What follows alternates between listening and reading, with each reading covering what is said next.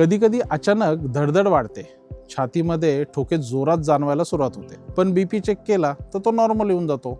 मग क्वेश्चन येतो, BP normal आहे तरी पण ही धडधड का वाढली आहे? सगळ्यात आधी एक गोष्ट समजून घेणं गरजेचं आहे. धडधड वाढणं म्हणजे नेहमी आपला बीपीच वाढलाय असं नाही. हार्ट रेट आणि ब्लड प्रेशर या दोन्ही गोष्टी वेगवेगळ्या आहेत. हार्ट रेट म्हणजे एका मिनिटामध्ये आपलं जे हृदय आहे ते किती वेळा धडधड करतं. नॉर्मली रेस्टिंग हार्ट रेट साधारणतः 60 ते 100 प्रति मिनिट असा असतो. बीपी म्हणजे काय तर रक्ताचा दाब. दोन्ही एकत्र बदल होऊ शकत नाहीत, पण नेहमीच तसं होतं असंही नाही आहे. आता अचानक धडधड वाढण्याची काही कॉमन लक्षणं आपण समजून घेणं गरजेचं आहे किंवा कॉमन कारणं पाहून घेणं गरजेचं आहे. त्याच्यामध्ये पहिलं कारण काय आहे तर ते आहे म्हणजे स्ट्रेस, एन्झायटी. अचानक ताण आला, घाबरल्यासारखं वाटलं, इमोशनल ट्रिगर झाले, त्याचबरोबर शरीरामध्ये ॲड्रेनलिन सिक्रेशन वाढलं गेलं, तर हा जो हार्मोन आहे हा हार्मोन हार्ट रेट आपल्याला वाढवायला मदत करतो. म्हणजे ॲड्रेनलिन सिक्रेशन झालं की आपल्या शरीरामध्ये हार्ट रेट आपला वाढला जातो.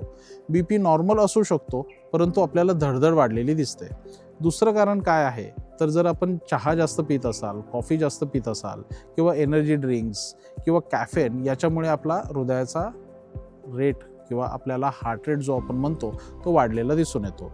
जरी आपला बीपी नॉर्मल असेल तरीसुद्धा आपल्याला हे वाढलेलं दिसतं. तिसरं कारण काय आहे तर ते म्हणजे आहे डिहायड्रेशन. म्हणजेच आपल्या शरीरामध्ये पाणी जर आपण कमी पिलो तर आपल्याला ब्लड व्हॉल्यूम कमी होतो. शरीर कॉम्पन्सेट करण्यासाठी हार्ट रेट आपल्याला वाढलेला दिसून येतो. चौथं कारण काय आहे ते म्हणजे शुगर कमी होणं, हायपोग्लायसिमिया. हायपोग्लायसिमियामध्ये आपल्याला घाम येतो, थरथरणं किंवा धडधडणं हे जाणवून येतं. बीपी मात्र त्यावेळेस नॉर्मल असू शकतो. पाचवं कारण काय आहे तर ते आहे थायरॉईड प्रॉब्लेम. विशेषतः हायपरथायरॉइडिझममध्ये रेस्टिंग हार्ट रेट हा वाढला जातो आणि पाल्पिटेशन आपल्याला जाणवतं. सहावं आहे ते म्हणजे ॲनिमिया, म्हणजे रक्तामध्ये हिमोग्लोबिनची कमतरता असणं.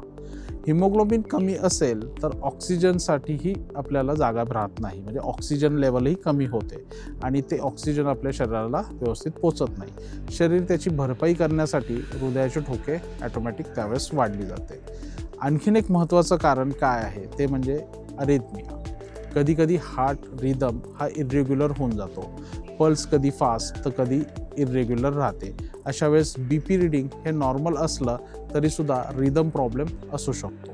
आता याला कधी सिरियस घ्यायचं आपण एक्झॅक्टली तर धडधड काही सेकंदात जर शांत होत असेल तर आपल्याला किंवा फार वारंवार ती होत नसेल तर बहुतेक वेळा हे फक्त आपल्याला बिगिनिंग आहे असं लक्षात ठेवा.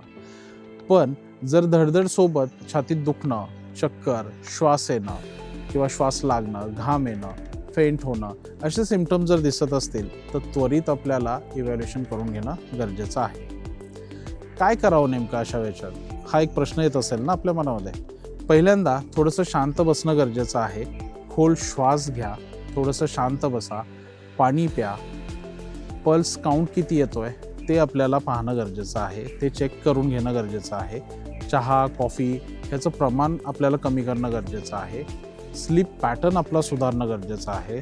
जर एपिसोड्स आपल्याला हे वारंवार होत असतील तर आपल्याला ECG, थायरॉईड टेस्ट, हिमोग्लोबिनची टेस्ट, त्याचबरोबर शुगर चेक करणं ह्या गोष्टी गरजेच्या आहेत. लक्षात ठेवा, बीपी नॉर्मल आहे म्हणजे सगळं नॉर्मल आहे असं नाही. हार्ट रेट आणि रिदम हे दोन्हीसुद्धा तितकेच महत्त्वाचे आहेत. रिपीटेड अनएक्सप्लेन्ड पाल्पिटेशन जर होत असेल तर त्याला इग्नोर करू नका. अर्ली इव्हॅल्युएशन केल्यास मोठी समस्या आपल्याला टाळता येऊ शकते. जर तुम्हाला हे एक्सप्लेनेशन अगदी क्लिअर वाटत असेल तर आपल्या व्हिडिओला नक्की लाईक करा आणि काही डाऊट असतील तर आपल्या कमेंटमध्ये नक्की विचारा. अशा सोप्या हेल्थ गायडन्ससाठी आपल्या चॅनलला सबस्क्राईब करायला विसरू नका. धन्यवाद.